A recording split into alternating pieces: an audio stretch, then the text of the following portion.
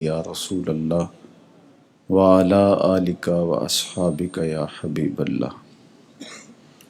حمد و تعریف و توصیف اللہ جل مجدہ الکریم کی ذات بابرکات کے لیے، جو خالق کائنات بھی ہے اور مالک شش جہات بھی۔ اللہ جل وعلا کی حمد و ثنا کے بعد رسول رحمت، شفیع معظم، نبی محتشم حضور ختم المرتبت صلی اللہ علیہ وآلہ وسلم کے حضور ناز میں اپنی عقیدتوں، ارادتوں اور محبتوں کا خراج پیش کرنے کے بعد، واجب الاحترام ذوی الاحتشام، معزز و مکرم سامعین، حاضرین، میرے سامنے سورہ المزمل ہے اور یہ قرآن مجید کی مبارک صورت 2 رکوع اور 20 آیات پر مشتمل ہے۔ حضرت عبداللہ ابن عباس رضی اللہ تعالی عنہ کے قول کے مطابق اس کا پہلا رکوع مکہ المکرمہ میں نازل ہوا اور دوسرا رکوع مدینہ المنورہ میں نازل ہوا۔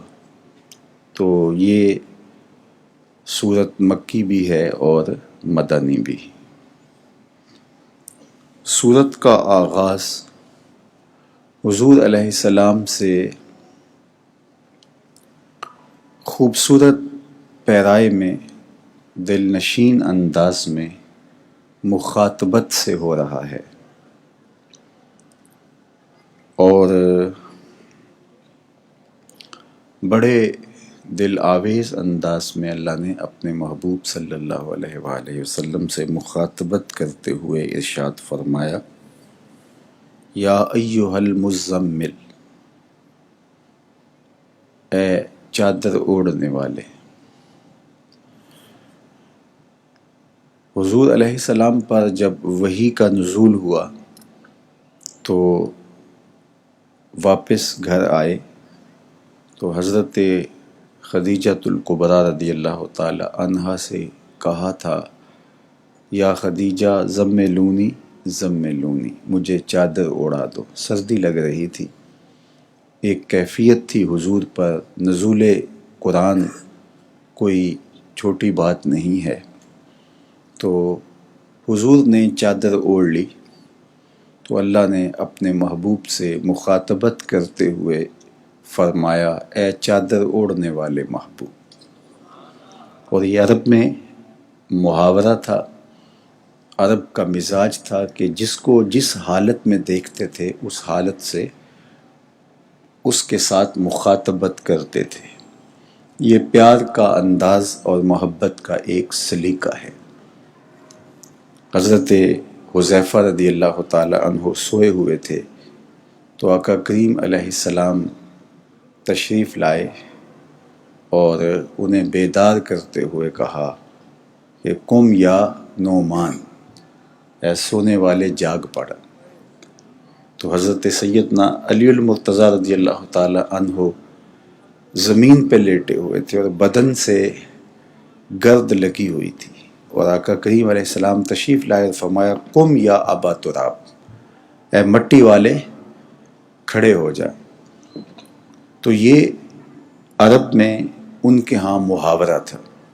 حضرت ابو ہریرہ رضی اللہ تعالی عنہ سے آپ نے سنا ہے کہ وہ بلیاں پالنے کا شوق رکھتے تھے، تو ایک دن بلیوں سے پیار کرتے ہوئے ملاحظہ کیا تو فرمایا کہ تو ابو ہریرہ ہے۔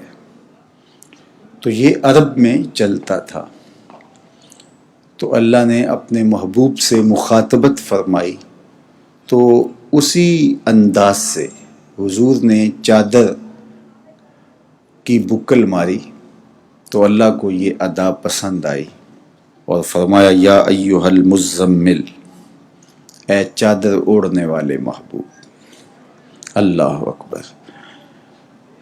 زمخشری نے یہاں بڑی عجیب بات کہہ دی۔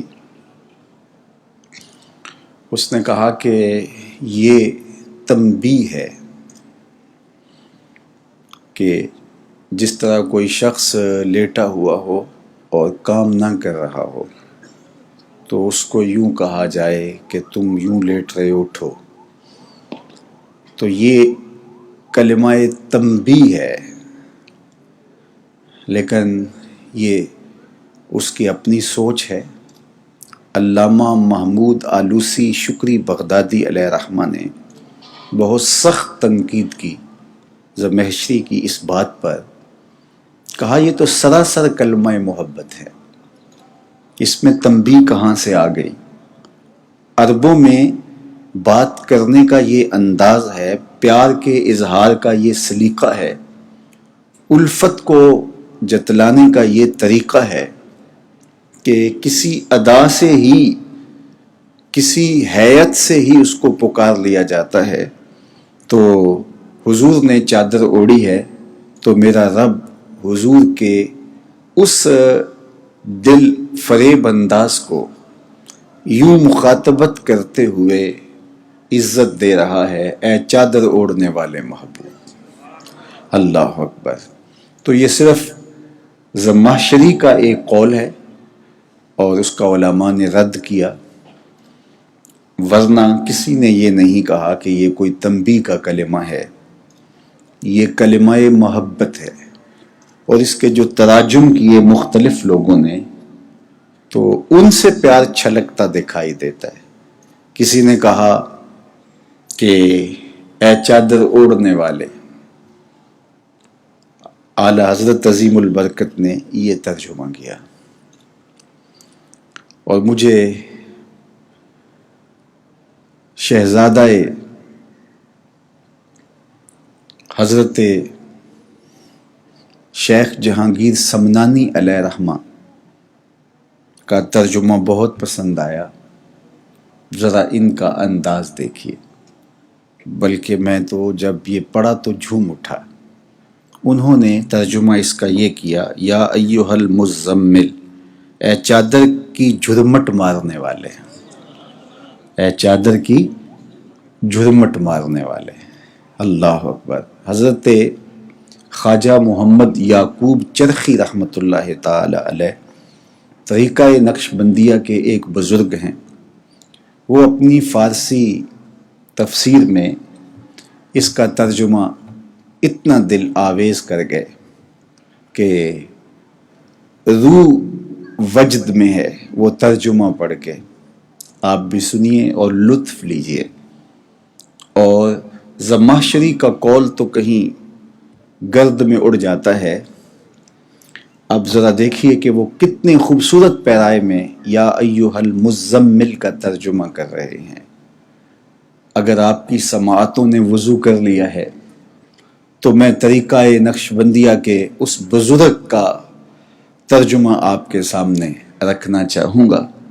وہ کہتے ہیں، یا ایھا المزمل، اے آراستہ بلباس پیغمبری، اے آراستہ بلباس پیغمبری، اے نبوت کی خلعت پہننے والے محبوب، اے خلعت نبوت میں ملبوس پیارے محبوب، اللہ اکبر۔ یا ایھا المزمل، اے چادر اوڑھنے والے، اے چادر کی جھرمٹ مارنے والے، اے چادر میں لپٹنے والے، اے پیغمبری خلعت میں ملبوس محبوب کریم، اللہ اکبر۔ کم، آپ کھڑے ہو جائیے، قم اللیل الا قلیلا، آپ رات کو عبادت میں جاگ کر کے گزاریے،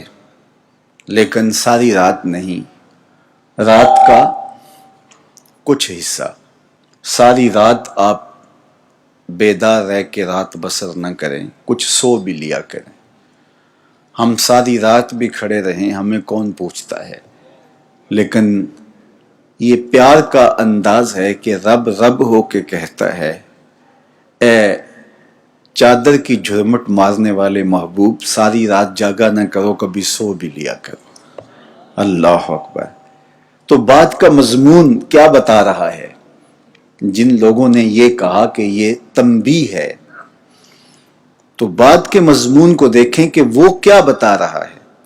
محبوب سے محبوب کا رب فرما رہا ہے، اے چادر اوڑھنے والے محبوب، اے چادر کی جھرمٹ مارنے والے محبوب، اے لباس نبوت میں سجنے والے محبوب، ساری رات جاگا نہ کر، کبھی سو بھی لیا کر.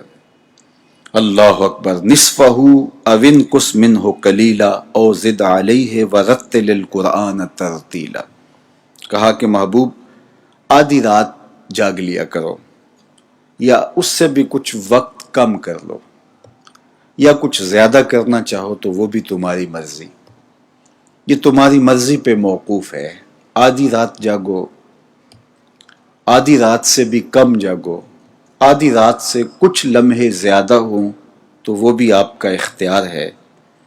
وَرَتِّلِ الْقُرْآنَ تَرْتِیلًا، اور قرآن کو پڑھو ٹھہر ٹھہر کے. اللہ اکبر. ترتیل کے ساتھ، ترتیل کے ساتھ قرآن پڑھنے سے مفاہیم و مطالب اچھی طرح سے سمجھ میں آتے ہیں. اور آقا کریم علیہ السلام کا قرآن پڑھنا اتنا دل آویز تھا کہ سننے والے پر ایک کیف طاری ہو جاتا اور ایسے لگتا جس طرح اب قرآن اتر رہا ہے. ویسے تو حضور علیہ السلام جب گفتگو بھی کرتے تھے تو سیدہ عائشہ رضی اللہ تعالی عنہا فرماتی ہیں کہ حضور کے لفظوں کو اگر کوئی گننا چاہتا تو گن بھی سکتا تھا، اس طرح سے آقا کریم کا انداز تکلم تھا. اللہ اکبر. تو اللہ جل شانہ محبوب علیہ السلام سے کتنی خوبصورتی سے مخاطبت فرما رہا ہے، اے چادر اوڑھنے والے محبوب، ساری رات جاگا نہ کرو، کبھی سو بھی لیا کرو، آدھی رات جاگ لیا کرو، آدھی سے بھی تھوڑا کم وقت جاگو، چلو تھوڑا زیادہ بھی جاگنا چاہو تو وہ آپ کی مرضی. اور قرآن کو ترتیل کے ساتھ ٹھہر ٹھہر کے رک رک کے پڑھو. اِنَّا سَنُلْقِي عَلَيْكَ قَوْلًا ثَقِيلًا، بے شک ہم اب اتاریں گے آپ پر گراں وزن بات، جو احکام شرعیہ آپ پر اترنے والے ہیں، جس کے آپ مکلف بنائے جانے والے ہیں.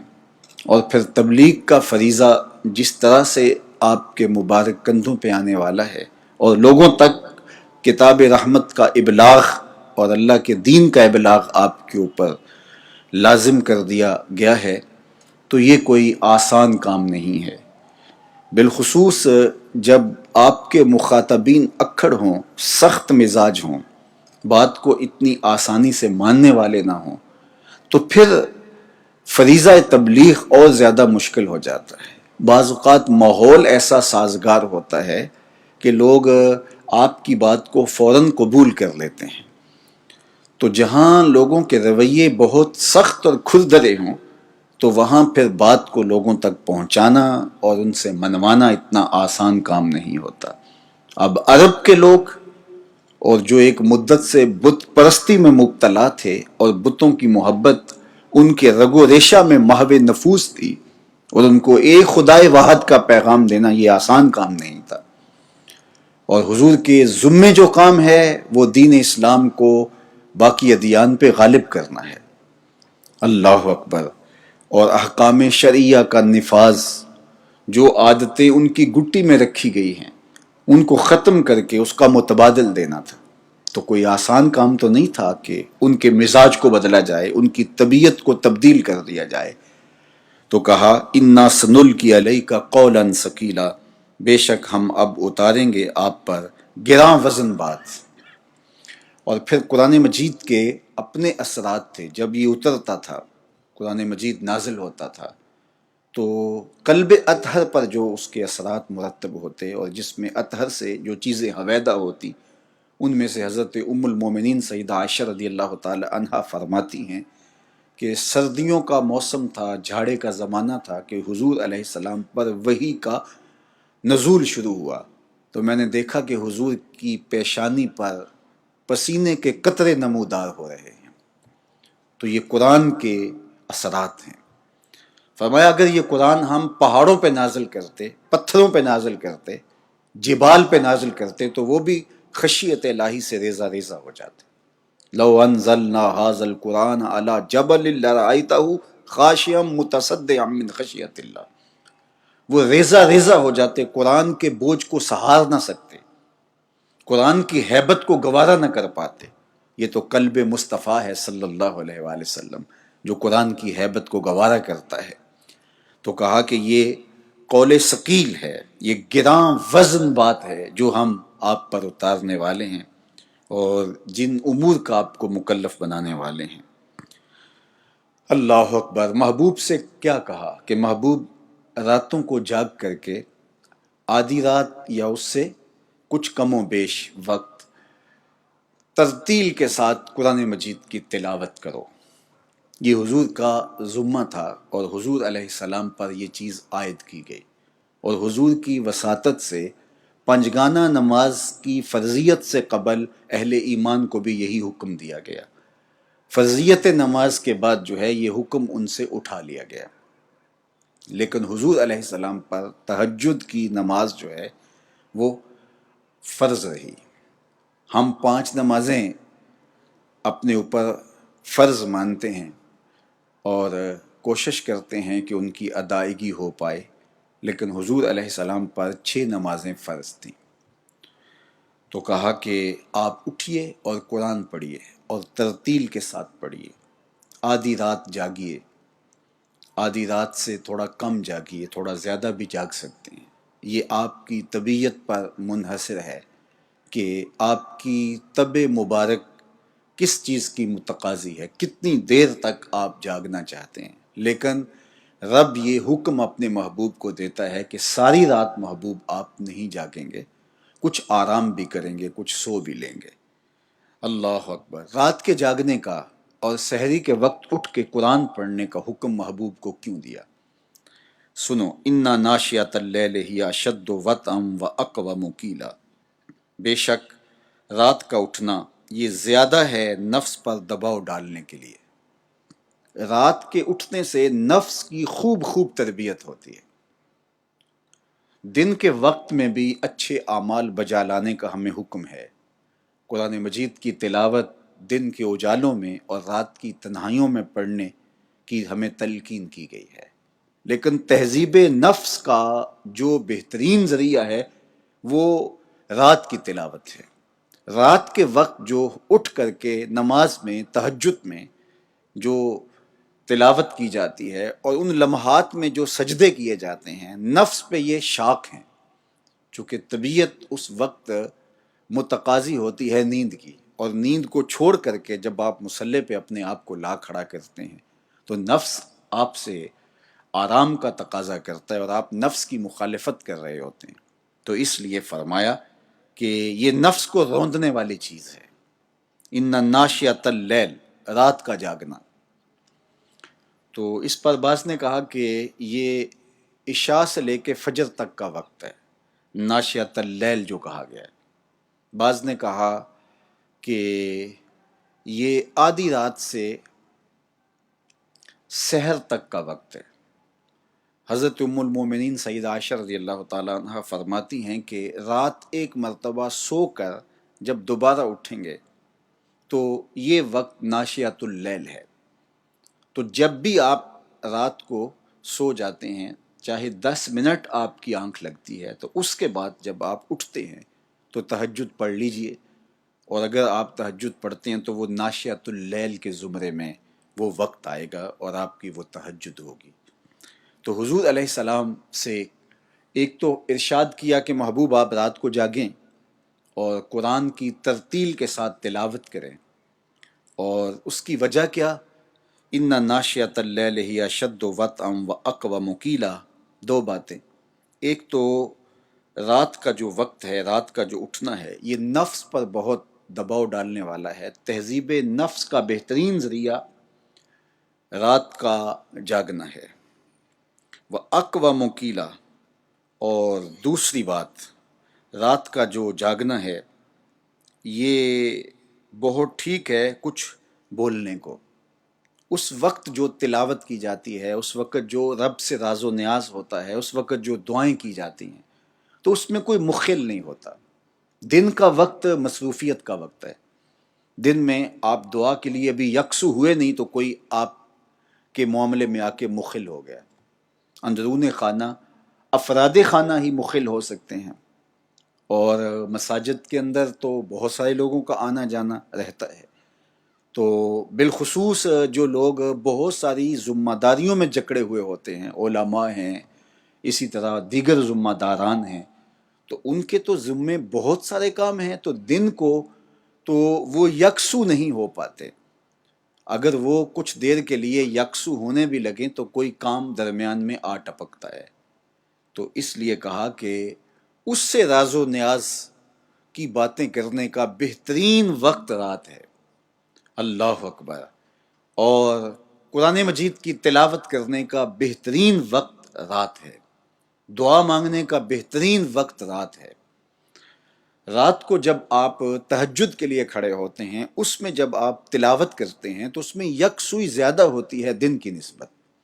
دن کے وقت بھی آپ اپنے آپ کو فارغ البال کر کے، بالکل یکسو ہو کر کے مصلی پہ کھڑا کر دیتے ہیں، اور ذکر فکر میں، عبادت میں لگ جاتے ہیں، اور تلاوت کلام مجید کرتے ہیں۔ لیکن اس کے باوجود بھی دن کے اوقات میں وہ یکسوئی نہیں ہو پاتی جو رات کی تنہائیوں میں ہو پاتی ہے۔ تو اس لیے دو چیزیں فرمائی کہ ایک تو رات کا اٹھنا نفس پہ شاک ہے اور نفس کا سر خوب کچلا جاتا ہے، اور دوسرا یہ ہے کہ یہ کہنے کے لیے بہترین وقت ہے، اور یہ خوبصورت گھڑیاں ہیں کہ یکسوئی نصیب ہو جاتی ہے۔ ان لک فی النہار سبحا طویلا، اللہ اکبر۔ اس لیے کہ تمہارے لیے جو دن کا وقت ہے اس میں اور بہت سارے مصروفیت کے کام ہیں۔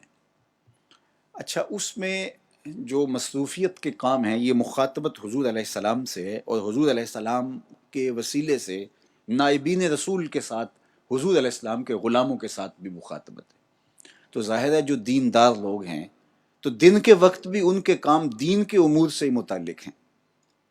بہت سارے کام، تبلیغی کام، تدریسی کام، تصنیفی کام اور دیگر امور، کسی کو مسئلہ بتانا ہے، کسی کی شرعی رہنمائی کرنی ہے، کوئی استفتاء کے لیے آیا بیٹھا ہے، کوئی اپنے ذاتی مسئلے کے لیے اپنا دکھڑا بیان کرنے کے لیے آیا ہے، تو یہ سارے لمحے جو دن کے اوقات میں نپٹائے جا رہے ہوتے ہیں، یہ بھی تو سراسر دین ہے۔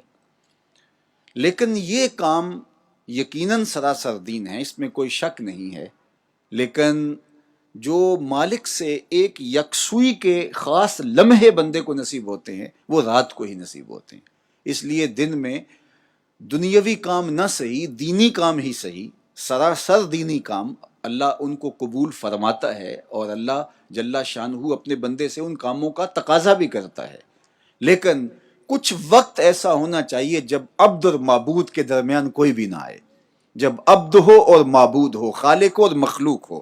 اس لیے ارشاد فرمایا ان لک فی النہار سبحا طویلا، دن میں تو بہت لمبے کام ہیں، بہت مصروفیات ہوتی ہیں، گو وہ دینی ہی ہوں، گو وہ خیر کی مصروفیات ہی ہوں، لیکن بہرحال وہ مصروفیات ہوتی ہیں، اور رب کے ساتھ وہ ون ٹو ون تعلق دن کو قائم اس طرح سے نہیں ہو پاتا۔ تو اس لیے کہا کہ رات کو اٹھیے، ناشیۃ اللیل، رات کے وہ خاص لمحے جب نفس کی سرکوبی بھی ہوتی ہے، اور اللہ سے کانٹیکٹ کرنے کا، اس سے رابطہ کرنے کا، اس سے جڑنے کا ایک بہترین وقت ہوتا ہے، اور بات کرنے کے لیے پوری یکسوئی ہوتی ہے۔ اور پھر فرمایا وَاذْكُرِ اسْمَ رَبِّكَ وَتَبَتَّلْ إِلَيْهِ تَبْتِيلًا، اور اپنے رب کے نام کی تسبیح بولیے، اپنے رب کے نام کا ذکر کیجئے، رب کے نام کے ترانے پڑھیے۔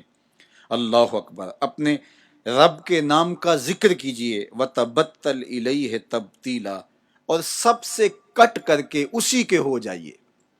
ایک لمحہ تمہیں ایسا بھی میسر ہونا چاہیے اپنے اوقات زندگی میں جس میں تمہارے اور تمہارے رب کے درمیان کوئی بھی نہ ہو۔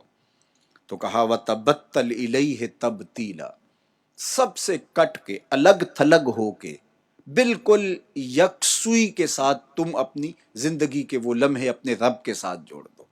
جس طرح ایک روایت میں فرمایا لی ما اللہ وقت لا یسعنی فیہ نبی مرسل ولا ملک مقرب، میرا اور میرے رب کا معاملہ کبھی ایسا ہوتا ہے درمیان میں نہ کوئی فرشتہ ہوتا ہے، نہ کوئی رسول اور پیغمبر ہوتا ہے، مخلوق تو دور کی بات ہے، وہاں میرا اور میرے رب کا ہی معاملہ ہوتا ہے، تو یہ یکسوئی کے لمحات ہیں۔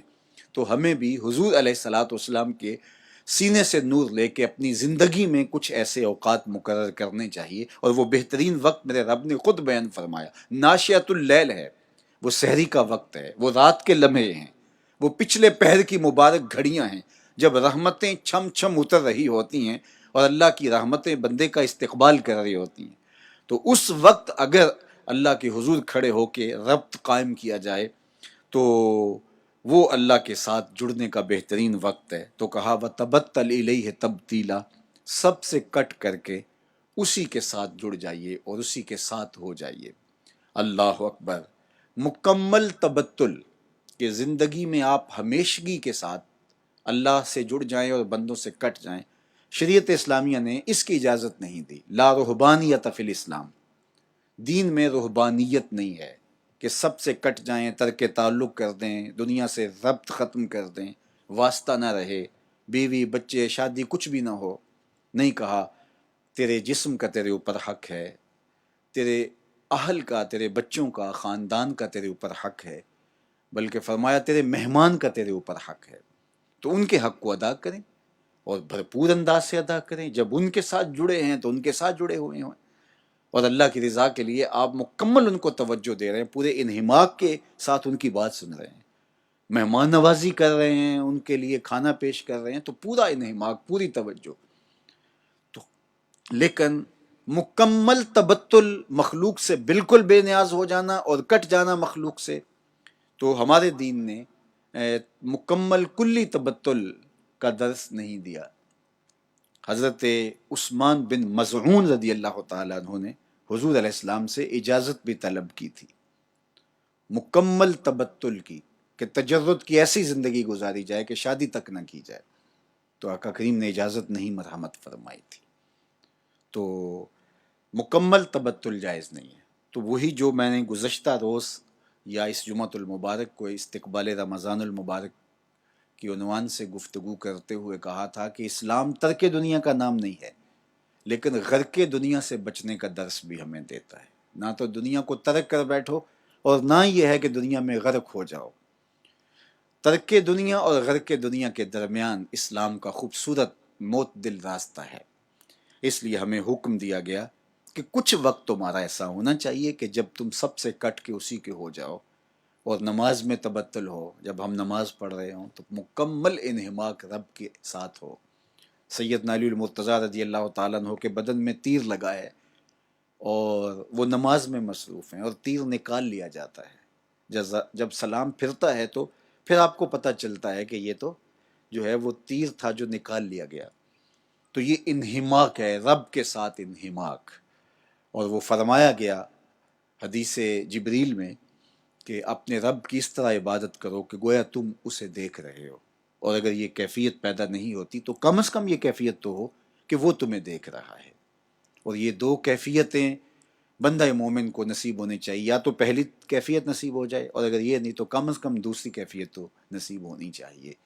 اور اگر دوسری کیفیت بھی نصیب نہیں ہے، نماز بھی پڑھ رہے ہیں، باقی کام بھی دینی چل رہے ہیں، لیکن جو ہے وہ اپنے رب کے ساتھ یوں بندہ جڑا ہی نہیں کہ وہ میرا رب مجھے دیکھ رہا ہے، تو پھر اس کی لطافتیں نصیب نہیں ہو پاتی۔ اللہ اکبر۔ وَاذْكُرِ اسْمَ رَبِّكَ وَتَبَتَّلْ إِلَيْهِ تَبْتِيلًا، اور اپنے رب کے نام کا ذکر کرو اور اسی کے ہو کے رہو، سب سے الگ ہو کے، سب سے کٹ کے مکمل تبتل کچھ لمحوں کے لیے ضرور اختیار کرو۔ رب المشرق والمغرب، جو مشرق و مغرب کا رب ہے، لا الہ الا ہو، اس کے علاوہ کوئی معبود نہیں ہے، معبود برحق وہی ہے، پرستش کے لائق، عبادت کے لائق اسی کی ذات ستودہ صفات ہے۔ فاتخذہ وکیلا، اور اسی کو کارساز بناؤ، اسی پر توکل، اسی پر بھروسہ، اپنے امور اسی کے سپرد کرو۔ جب اپنے امور اپنے رب کے سپرد کرنے کا مزاج پیدا ہو جاتا ہے، زندگی سوکھی ہو جاتی ہے۔ جب سارے کام بندہ کہتا ہے کہ نہیں میں اس کو اپنی حکمت عملی سے اور اپنی ہی سمجھ سے کرنے ہیں، تو پھر وہ ساری زندگی الجھنوں میں ہی مبتلا رہتا ہے۔ کچھ کام ان کی تدبیر کریں، اس کے لیے حکمت عملی ضرور آپ وضع کریں، لیکن کچھ کام کر کے اللہ پہ چھوڑ دیں، اور اس پہ جب چھوڑ دیں گے، اور توکل بھی یہی ہے کہ آپ گھٹنا بھی باندھیں اور سپرد اللہ کے کر دیں۔ تو اس لیے اللہ کی سپرد ہیں، اسی کی طرف سے کام ہوتے ہیں، اور وہی کارساز حقیقی ہے۔ تو فرمایا کہ فاتخذہ وکیلا، اسی کو کارساز بنا لیجئے اور اسی پر اپنے کاموں کو چھوڑ دیجئے۔ جو کشتیاں اس کے نام پر ڈال دی گئیں وہ ڈوبتی نہیں ہیں، وہ منزل تک، ساحل تک پہنچتی ہیں۔ تو ہمارا تو اتنا ہی کام ہے کہ کشتی ڈال دی، لیکن اس کو پار لگانا تو اسی کا کام ہے۔ تو اسی لیے ہم سواری پر بیٹھتے ہوئے کہتے ہیں کہ مالک اس کو مسخر تو نے ہی کیا ہے ہمارے لیے، ہمارے میں طاقت تو نہیں تھی کہ اس کو مسخر کر سکتے۔ تو یہ اس کے کرم سے ہوتا ہے، تو وہ اگر چاہے تو کوئی مشکل نہیں ہوتی۔ تو اس لیے اپنے کاموں کا کارساز اسی کو بنایا جائے۔ وَاصْبِرْ عَلَىٰ مَا يَقُولُونَ، اور محبوب علیہ السلام سے کہا کہ محبوب یہ جو لوگ باتیں کرتے ہیں ان باتوں پر صبر کیجیے۔ لوگوں کے رویے تلخ ہیں، باتیں بہت تکلیف دہ ہیں۔ اللہ کے محبوب سچا پیغام لے کر، رب کی دعوت لے کر، انہیں ظلمتوں سے، گمراہیوں سے، اندھیروں سے نکال کر کے اجالوں کی طرف لانا چاہتے ہیں، لیکن انہیں پتہ ہی نہیں ہے، اور وہ الٹا تمسخر کرتے ہیں، بدتمیزیاں کرتے ہیں، انکار کرتے ہیں، کفر کرتے ہیں، اور حتیٰ کہ طائف کے بازاروں میں اٹھا کے پتھر تک مارے، کیا کچھ نہیں کیا۔ تو ظاہر ہے ایک سچے دل سے ایک شخص پیغام حق کا ابلاغ کر رہا ہو اور خیر خواہی کا جذبہ اس کے سینے میں کوٹ کوٹ کے بھرا ہوا ہو، اور آگے سے رویہ شکریہ کی بجائے الٹا گالی گلوچ کی شکل میں، تلخی کی شکل میں، کھردرے پن کی شکل میں آئے، تو طبیعت پر گراں تو ہوتا ہے، بوجھ تو بنتا ہے مزاج پہ۔ تو اللہ تعالیٰ جل شانہ نے اپنے محبوب کو تسلی دیتے ہوئے کہا وَاصْبِرْ عَلَىٰ مَا يَقُولُونَ، محبوب یہ جو کہتے ہیں آپ اس پہ صبر کیجئے۔ آپ امتحان گاہ میں کھڑے ہیں، ان کے رویوں پر نہ جائیے، آپ کو جو کام دیا گیا ہے اس کام پہ نظر رکھیے، اور آپ پرواہ نہ کیجئے کہ یہ کیا کہتے ہیں۔ اللہ اکبر! اس آیت کریمہ کا نور اگر آج مبلغ اپنی روح میں جذب کر لے، اور جو مخلص لوگ ہیں ان کے لیے مسائل ہر دور میں ہوتے آئے ہیں اور ہوتے رہیں گے، سب لوگوں کو آپ راضی نہیں رکھ سکتے، آپ کی طبیعت کے مطابق سارے لوگ نہیں ہوتے، اور نہ سارے لوگ آپ کے درد کو سمجھتے ہیں۔ آپ کے بارے میں لوگ ایسی ایسی باتیں لائیں گے جو آپ کے وہم، گمان اور تصور میں بھی نہیں ہوں گی، تو آپ ان کی صفائیاں دیتے دیتے زندگی گزار دیں گے۔ تو اس لیے اس پر صبر کیجیے، یہ سمجھ لیجئے کہ جن لوگوں سے میرا پالا ہے ان لوگوں کے اندر یہ سب کچھ موجود ہے، اور ان رویوں کا مجھے سامنا کرنا پڑے گا، لہٰذا میں الجھنے کی بجائے منزل پر، ہدف پر نگاہ رکھے ہوئے آگے بڑھتا چلا جاؤں گا، تو پھر آپ منزل رسیدہ ہوں گے۔ لیکن اگر آپ وہاں رک گئے، ٹھہر گئے، تو پھر شیطان کا مقصد تو پورا ہو گیا۔ وہ یہی تو چاہتا تھا کہ یہ الجھ کے رہ جائے، اور منزل کی طرف جانے والا، اس کا اٹھنے والا ہر قدم جو ہے، جو تیزی کے ساتھ بڑھ رہا ہے، یہ رک جائے اور اس کا سفر موقوف ہو جائے۔ وہ موقوف ہو گیا۔ تو اس لیے اس آیت کریمہ سے روشنی ہر مبلغ کو لینی چاہیے، اور اللہ اپنے محبوب سے مخاطبت کرتے ہوئے ارشاد فرماتا ہے وَاصْبِرْ عَلَىٰ مَا يَقُولُونَ، محبوب یہ جو فرماتے ہیں آپ اس پہ صبر کیجئے۔ وَاهْجُرْهُمْ هَجْرًا جَمِيلًا، اللہ اکبر! اور ابھی چھوڑے رہو انہیں خوبصورتی کے ساتھ، انہیں ترک کر دیجئے، یہ جو کرتے ہیں کرنے دیجئے۔ نَوَلِّهِ مَا تَوَلَّىٰ، جدھر جاتے ہیں ان کو جانے دیجئے، آپ کو کوئی پرواہ نہیں ان کی۔ اللہ ضرور ان کو پکڑے گا، جس نے آپ کو دکھ دیے، اذیتیں پہنچائیں، پتھر آپ کی راہوں کے اندر پھینکے، گڑھے کھودے۔ خیر کی راہوں کے آپ مسافر تھے، خیر کی راہوں میں رکاوٹ ڈالنے کی کوشش کی، تو کیا کوئی دیکھ نہیں رہا؟ کیا خیر کے راستوں کو روکنے کے لیے جو لوگ صلاحیتیں لگاتے ہیں اور حق کی راہوں کو کمزور کرنے کی کوشش کرتے ہیں، تو کیا اللہ ان سے نپٹے گا نہیں؟ کیسے ہو سکتا ہے؟ تو کہا محبوب آپ کا کام یہ ہے کہ آپ ان کو اب چھوڑ دیجئے، ان کی حالت پہ چھوڑ دی، یہ سدھرنے والے نہیں ہیں، یہ ٹھیک ہونے والے نہیں ہیں۔ اور پھر کیا کہا؟ حجرن جمیلا، خوبصورتی کے ساتھ، کوئی الجھنے کی ضرورت نہیں ہے، آپ ان کو چھوڑ دیجئے اور پھر اللہ جل شانہ کے فیصلے کا انتظار کیجئے۔ انہوں نے جو آپ کو تکلیفیں دیں، اذیتیں پہنچائیں، راستے روکے، گڑے کھودے، اذیتیں دیں، مشکلات کھڑی کی، مصائب کھڑے کیے، گالی گلوچ کا بازار گرم کیا، جو انہوں نے کیا یہ اللہ کی نظر میں ہے۔ آپ ایک تو صبر کیجئے اور پھر ان کو آپ اچھے طریقے کے ساتھ، خوبصورت طریقے کے ساتھ چھوڑ دیجئے۔ وَذَرْنِي وَالْمُكَذِّبِينَ، اور رہنے دو انہیں جو جھٹلانے والے ہیں، جو تکذیب کرنے والے ہیں، تیری دعوت کو قبول ہی نہیں کرتے، مانتے نہیں ہیں۔ کوئی بات نہیں محبوب، آپ ان کو چھوڑ دیجئے۔ اللہ اکبر، اولن نعمت و مہلہم کلیلا، یہ جو سرمایہ دار لوگ ہیں، یہ جھٹلانے والے اہل خیر، سرمایہ دار، تکبر، رعونت ان کے رویوں میں بھری پڑی ہے۔ جب آپ ان کو دعوت دیتے ہیں تو یہ بڑے غرور سے سنتے ہیں۔ تو محبوب آپ تو ان کی ہمدردی کے لیے، ان کے معاد کے لیے، ان کی آخرت کے لیے، ان کے باطن کی روشنی کے لیے سب کچھ کر رہے ہیں، لیکن دولت مند کے دل میں، دماغ میں یہ چیز آ گئی ہے کہ یہ مجھے جو تبلیغ کر رہا ہے شاید اس کو میری ضرورت ہے، دین کو میری ضرورت پڑ گئی ہے، لہٰذا میری طرف جو ہے وہ یہ رجحان ہے۔ تو وہ تکبر میں پھول رہا ہے اور وہ بات کو سننے کی بجائے، خیر کو قبول کرنے کی بجائے مسترد کرتا چلا جا رہا ہے۔ تو کہا اے محبوب، جو سرمایہ دار جھٹلانے والے ہیں آپ ان کو چھوڑ دیجئے، نہیں مانتے، نہیں سنتے تو کوئی بات نہیں ہے۔ وَمَهِّلْهُمْ قَلِيلًا، اور انہیں تھوڑی سی مہلت دیجئے، ذرا سی مہلت انہیں دے دیجئے۔ اِنَّا لَدَيْنَا أَنْكَالًا وَجَحِيمًا، ہمارے پاس بھاری بھاری بیڑیاں رکھی ہوئی ہیں، یہ ہم سے کیسے بھاگ سکیں گے۔ اِنَّا لَدَيْنَا، بے شک ہمارے پاس، أَنْكَالًا وَجَحِيمًا، ہمارے پاس بھاری بیڑیاں ہیں اور بھڑکتی ہوئی آگ ہے۔ آج تو یہ تکبر اور رونت کے ساتھ سر پھیر رہے ہیں اور آپ کی بات نہیں سن رہے، لیکن یہ بھاگ کے کہاں جائیں گے؟ آئیں گے تو میرے حضور ہی نا۔ تو میں نے ان کے لیے بھاری بیڑیاں بنا رکھی ہیں۔ جہنم کوئی فرضی کہانی نہیں ہے، کوئی قصہ نہیں ہے، ڈرانے کے لیے محض ایک تصور نہیں ہے، بلکہ فرمایا اعدت للکافرین، یہ تیار کی جا چکی ہے۔ اس کے اندر جو عذاب ہیں، اس کے اندر کی بھڑکتی ہوئی آگ، مجرموں کے لیے بنائی گئی بیڑیاں اور زنجیریں، یہ نہیں ہے کہ یہ ویسے ہی کہا گیا ہے، یہ اعدت، یہ تیار شدہ ہے، وہاں سب کچھ اسلحہ بالکل تیار ہے، اور جنت بھی بالکل تیار ہے، وہ بھی تیار کر دی گئی ہے، اعدت للمتقین، وہ متقیوں کے لیے تیار شدہ ہے۔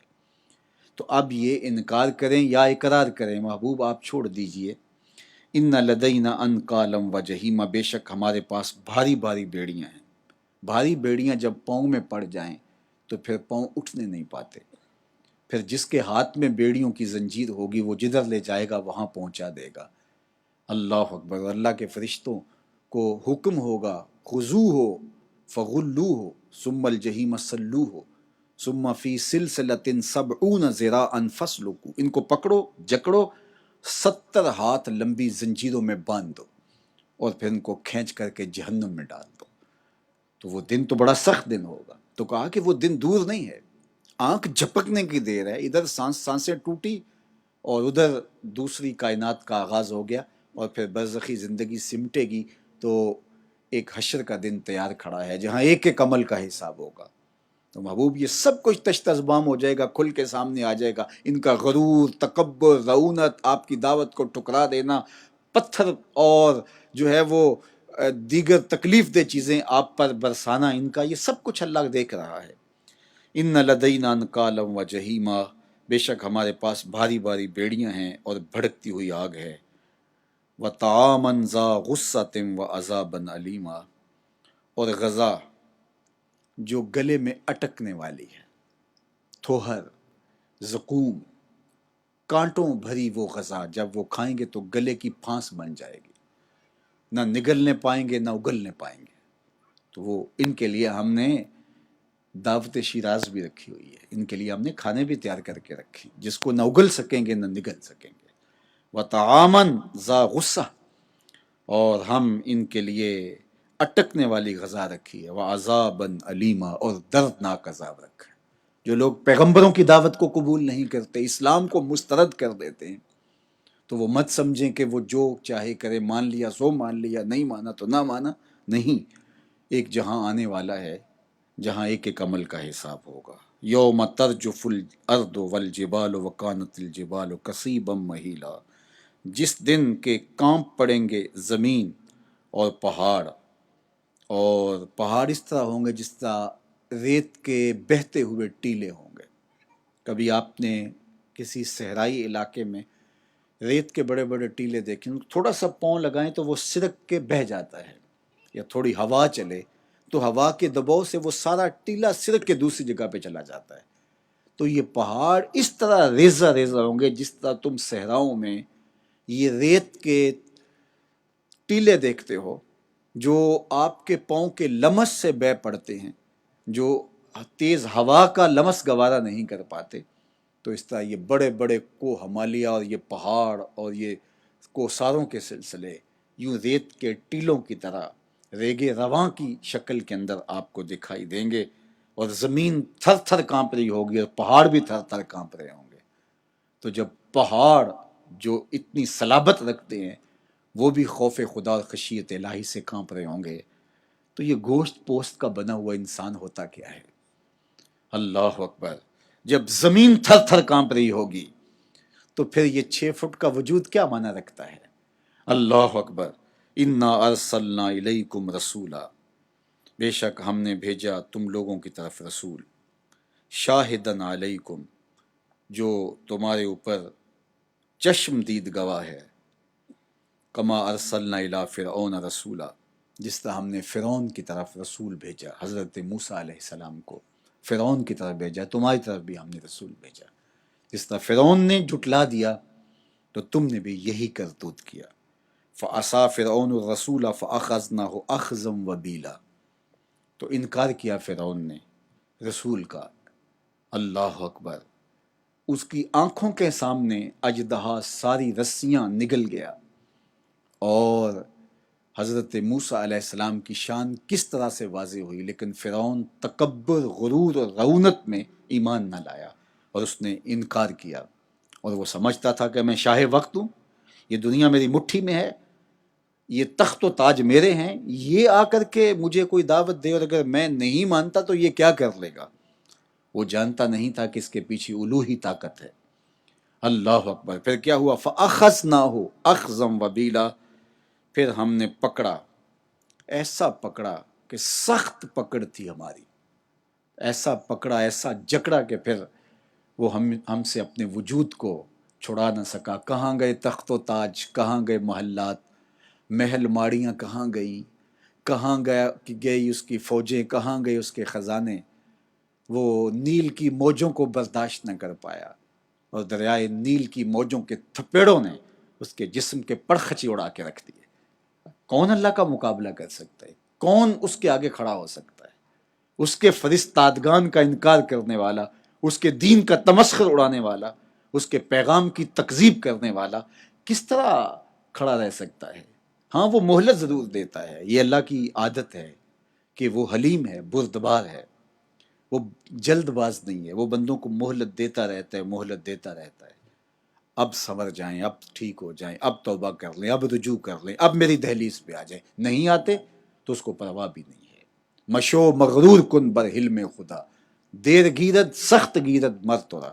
اللہ کے حلم پر، اس کی بردباری پر کبھی مغرور نہ ہونا. وہ دیر سے پکڑتا ہے لیکن جب پکڑتا ہے تو سخت جکڑتا ہے. ان بطش ربک لشدید، تیرے رب کی پکڑ بہت سخت ہے. تو فرعون نے انکار کر دیا، رعونت سے بھرا ہوا تھا، تخت و تاج اس کا، پوری دنیا پہ اس کا سکہ چلتا تھا، اور کہا کہ یہ مجھے تعلیم سکھانے آ گیا ہے، میں نہیں مانتا، نہ تجھے مانتا ہوں نہ تیرے رب کو مانتا ہوں. پھر کیا ہوا؟ فَأَخَذْنَاهُ أَخْذًا وَبِيلًا، اور پھر ہم نے اسے پکڑا، اللہ اکبر، سخت وبال والی پکڑ، سختی کے ساتھ اس کو جکڑ لیا، پکڑ لیا۔ فَكَيْفَ تَتَّقُونَ إِن كَفَرْتُمْ يَوْمًا يَجْعَلُ الْوِلْدَانَ شِيبًا۔ اللہ اکبر، کہا جب فرعون نہیں بچ سکا، اے عرب کے لوگوں، میرے پیغمبر کا انکار کرنے والو، تم نے تو فرعون کے قصے سنے ہیں نا، تمہیں پتہ ہے کہ نیل میں کیسے غرق ہوا، تم نے ساری کہانیاں سن رکھی اپنے بڑوں سے۔ جو تخت و تاج کا مالک تھا اور پوری راجدانی اس کے زیر نگین تھی، اس کا سکہ چلتا تھا، اس کی فوجیں تھی، لاؤ لشکر تھا، اس کو فرعون ذی الاوتاد بھی کہا گیا ہے سورہ الفجر کے اندر، اس کو کہا گیا میخوں والا فرعون۔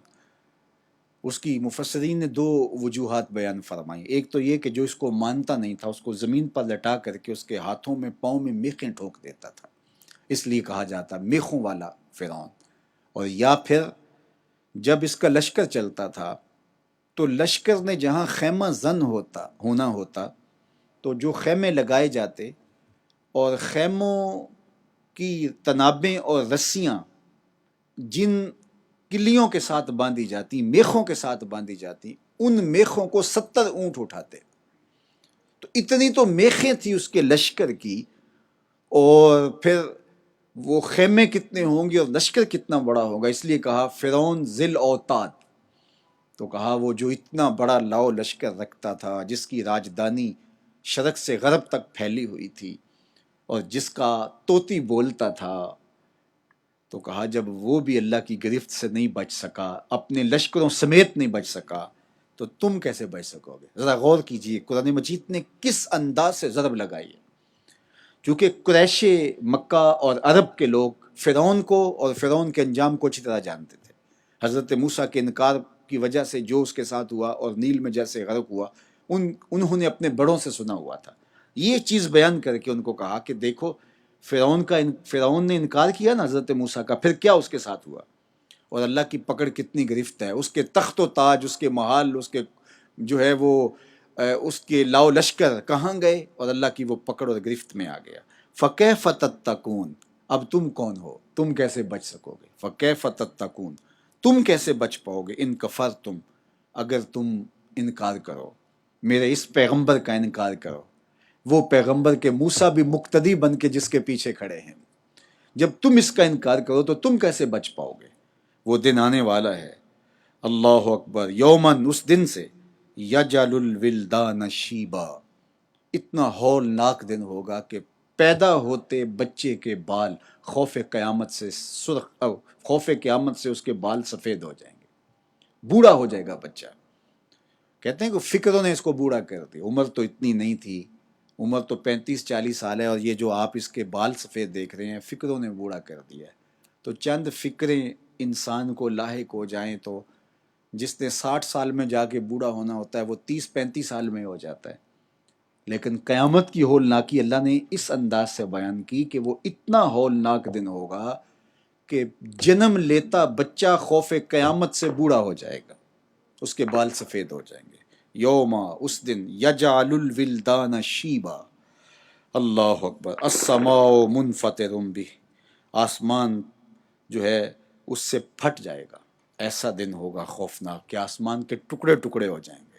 جب آسمان ٹکڑے ہو رہا ہوگا تو کیسا دردناک منظر ہوگا، بجلی کڑکے تو دل سینے میں دہلنے لگتے ہیں، تو جب آسمان سامنے ٹکڑے ہوتے دیکھیں گے لوگ۔ کانا وعدہ مفعولا، یہ اللہ کا سچا وعدہ ہے جو ہو کے رہنا ہے، کوئی انکار کرے یا اقرار کرے یہ سب کچھ ہونے والا ہے۔ ان ھذہ تذکرہ، بے شک یہ نصیحت ہے، یہ جو قرآن بتا رہا ہے یہ ساری چیزیں یہ نصیحت ہے۔ فمن شاء اتخذ الی ربہ سبیلا، تو جس نے چاہا بنا لیا اپنے رب کی طرف راستہ۔ اگر کوئی چاہے تو اس نصیحت کو مان لے اور اپنے رب کی طرف راہ بنا لے اور توبہ کر لے، رجوع اللہ کر لے، وہ آج بھی معاف کر دے گا، وہ کریم ہے۔ لیکن اگر کوئی شخص، قرآن مجید بار بار بتا رہا ہے، یہ تذکرہ ہے، یہ نصیحت ہے، یہ تمہیں جھنجھوڑ کے بتا رہا ہے کہ یہ دیکھو ماضی میں کیا ہوا اور آنے والا دور، اس کا نقشہ تمہارے سامنے رکھ رہا ہے۔ ماضی کی کہانیاں تمہیں فراموش نہیں ہیں، تم نے اپنے بڑوں سے سنی ہیں، ان کو یاد، تم ان سے بڑے ظالم اور جبابرہ تو نہیں ہو، فرعون سے، نمرود سے، حامان سے، قارون سے بڑے نہیں ہو، تو جب اللہ کی گرفت سے وہ بھی نہیں بچ سکے ایک پیغمبر کا انکار کرنے کی وجہ سے، اللہ کی طرف سے آنے والی دعوت کو مسترد کرنے کی وجہ سے، تو جو انبیاء کا سردار ہے، امام الانبیاء ہے، اس کی دعوت کو مسترد کرنے پر اللہ تمہیں یوں ہی چھوڑ دے گا؟ لیکن اللہ جل شانہ نے تمہیں مہلت دی ہے، چونکہ اس کی سزا بھی بڑی ہوگی اور مہلت بھی زیادہ دی ہے۔ وہاں پیغمبر کی تکذیب کی اور اللہ نے فوری گرفت میں لے لیا، فوری پکڑ لیا، لوگوں نے اپنی آنکھوں کے سامنے ان کا انجام بد دیکھا، بستیاں الٹ دی گئیں، شکلیں تبدیل کر دی گئیں، دریاؤں میں، سمندروں میں ڈبو دیے گئے، کئی قسم کے عذاب لوگوں نے اپنی آنکھوں سے دیکھے۔ لیکن یہ پیغمبر صلی اللہ علیہ وآلہ وسلم، ان کی تکذیب اگر تم کرو تو اللہ عذاب تمہیں اس سے بھی سخت اور اس سے بھی بڑے عذاب دے گا، لیکن تمہیں وہ مہلت زیادہ دیتا ہے۔ تو اس مہلت کو، اس ڈھیل کو مت سمجھ لو کہ اللہ بے بس ہو گیا ہے، اس کی پکڑ بہت گرفت ہے۔ تو سورہ المزمل کا پہلا رکوع ہمیں حضور علیہ الصلاۃ والسلام کے لائے ہوئے دین کے ساتھ وابستہ کرنے کی تلقین کرتا ہے۔ بالخصوص جو کافر ہیں، مخاطبت ان سے ہے کہ تم اس پیغمبر کا انکار کر کے جہنم کے گڑھے میں نہ جانا۔ اور اس میں ہمارے لیے بھی بہت کچھ ہے کہ اس پیغمبر رحمت نے جو نظام حیات ہمارے لیے اپنے رب سے لیا ہے، اس کو مسترد کر کے ہم ابدی بربادیوں اور ذلتوں کا سامان نہ کریں، بلکہ ان کے لائے ہوئے طریق کے مطابق اپنی زندگی بسر کریں۔ اللہ تعالیٰ جل شانہ کی بارگاہ میں دعا ہے کہ ماہ صیام رمضان المبارک کی اس دوسری شب میں ہمیں سورہ المزمل کے نور سے مالا مال کرے اور اپنی عنایتوں کا حظ وافر عطا فرمائے۔ اللہ نے چاہا تو کل دوبارہ اسی وقت سورہ مزمل کا بقیہ مضمون آپ کے سامنے رکھ کر کے اس کے حوالے سے ضروری باتیں گوش گزار کی جائیں گی۔ آپ بالمشافہ جو تشریف فرما ہیں اور پوری دنیا پر ہماری اس نشریات کو جو لائیو سن رہے ہیں، سب کے لیے دعا ہے کہ اللہ ماہ صیام کی برکتیں آپ سب کی جھولیوں میں ڈال دیں۔ اس وقت وطن عزیز پاکستان جس بحران میں مبتلا ہے، اللہ تعالیٰ جل شانہ پاکستان کو اس سیاسی بحران سے نکال کر کے کامیابی، کامرانی، عزت اور نظام مصطفیٰ کی منزل کی طرف رواں دواں فرمائے۔ اللہ ہمیں ایسے صالح اور پاکیزہ وجود نصیب فرمائے جو اس ملک کی باغ ڈور سنبھالیں اور اس وطن کو حقیقی معنی کے اندر جس کے لیے لاکھوں لوگوں نے قربانیاں دی تھی، اس شکل کے اندر اس ملک کو نظام رسول صلی اللہ علیہ وآلہ وسلم کی بہاروں سے مالا مال کریں۔ اللہ میرے وطن کی خیر کرے، میرے ملک کو امن کا اجالا عطا کرے، داخلی، اندرونی، بیرونی خلفشار سے اللہ اس وطن کو محفوظ فرمائے۔ حزب اقتدار میں ہوں یا حزب اختلاف میں، جن کے دلوں میں اس وطن کے لیے کوئی میل ہے اور خود غرضی کی زندگی جی رہے ہیں، اللہ ان کی شر سے اس وطن کو محفوظ فرمائے۔ اور جو لوگ اس وطن سے محبت کرنے والے ہیں، خلوص کی راہوں کے مسافر ہیں، وہ کسی بھی طبقہ زندگی سے تعلق رکھتے ہیں، حزب اقتدار میں ہیں یا حزب اختلاف میں ہیں، وہ سیاسی نظم کا حصہ ہیں یا سیاسی نظم کا حصہ نہیں ہیں، اداروں سے تعلق ہے یا عوام الناس سے ان کا تعلق ہے، اس وطن سے محبت کرنے والوں کو اللہ ہمیشہ سرخرو کرے، کامیابی دے، کامرانی مقسوم فرمائے۔ وآخر دعوانا ان الحمد للہ رب العالمین۔ دوبارہ کل انشاءاللہ آپ سے پھر ملاقات ہوتی ہے۔ والسلام علیکم ورحمۃ اللہ وبرکاتہ۔ الحمد للہ رب العالمین والصلاة والسلام علی اشرف الانبیاء والمرسلین۔ اللہ اٹھے ہوئے ہاتھ، پھیلی ہوئی جھولیاں رحمتوں سے بھر دے، بخت کی بہاریں نصیب فرما دے، مقدر کی خزائیں رخصت کر دے، جئیں تو تیرے لیے، مریں تو تیرے دین کے لیے، زندگی کی آخری ہچکی تک تیرے رسول کے وفادار رہیں، ہر علت، ہر قلت، ہر ذلت سے رہائی، اپنے محبوب کے در کی گدائی، نفس اور شیطان کے مکر و فریب سے محفوظ رکھا جائے۔ اے اللہ، مرکز مصطفیٰ کا یہ صحن قرآن کے درس سے یوں ہمیشہ بارونق رکھنا، ہمارے آنے والی نسلوں کو بھی اس مرکز میں قرآن کا میلہ لگائے رکھنے کی توفیق دینا۔ یہاں قرآن کی تلاوت، قرآن کا درس، حدیث رسول کے دروس، فقہ کے حلقے اور عبادات، ذکر و فکر کی محافل، ہمیشہ اللہ یہ آنگن روشنیوں سے، اجالوں سے بھرا رہے۔ صفائی سے لے کر کے تدریس کی مسندوں تک جہاں جو بھی خدمات سر انجام دے رہے ہیں، سب کو بہتر صلہ اور جزا عطا کر دے۔ اللہ اس مرکز سے پھوٹتی ضیاؤں اور روشنیوں سے اس پورے علاقے میں بالخصوص اور پوری دنیا میں بالعموم نور و نکھت اور اجالے پھیلا دے۔ اپنی خاص کرم نوازیاں ہر اس شخص کا مقسوم کر جو اس مرکز کے ساتھ وابستہ ہے، مالی معاون ہے، دعاؤں کے ساتھ اس مرکز کے ساتھ کھڑا ہے، تدریسی تعلیمی مراحل میں ہمارے ساتھ، انتظامی امور میں ہمارے ساتھ کھڑا ہے۔ یہ جو بچے ماہ سیام اور ماہ سیام کے علاوہ رضاکارانہ طور پہ اس مرکز کی صفائی کے لیے ہر جمعرات کو اور دیگر مواقع پہ مستعدی کے ساتھ کام کر رہے ہیں، العقاب کے ساتھی ہیں، اللہ ان سب کے لیے تیری بارگاہ میں آمین کے ساتھ، اس فقیر کی آمین کے ساتھ اور ان دوستوں کی آمین کے ساتھ دعا ہے کہ اللہ ان کو دنیا آخرت کی عزتیں عطا کر دینا۔ پوری دنیا کے اوپر اس وقت جو ہمیں سن رہے ہیں، جس کے دل میں جو دعا ہے، اللہ تیری بارگاہ میں ہم اتنے لوگوں کی آمین کے ساتھ التجا ہے، اس کی دعائیں مستجاب فرما، اپنا خاص کرم ایک ایک لمحہ مقسوم کر دے۔ برادران اسلام اور خواتین اسلام، مقدرات اسلام، صبح کے دروس ہیں، نماز عصر سے لے کر نماز مغرب تک تربیتی کورس ہے، سحر اور افطار کے لمحوں کے مبارک جو سلسلے ہیں، اور تراویح کے بعد یہ درس قرآن کا سلسلہ ہے، اور اس کے علاوہ یہاں جتنے بھی سلسلے جاری ہیں، اللہ سب کو مؤثر بنا دے۔ وصلی اللہ تعالی علی النبی الامین وآلہ وصحبہ۔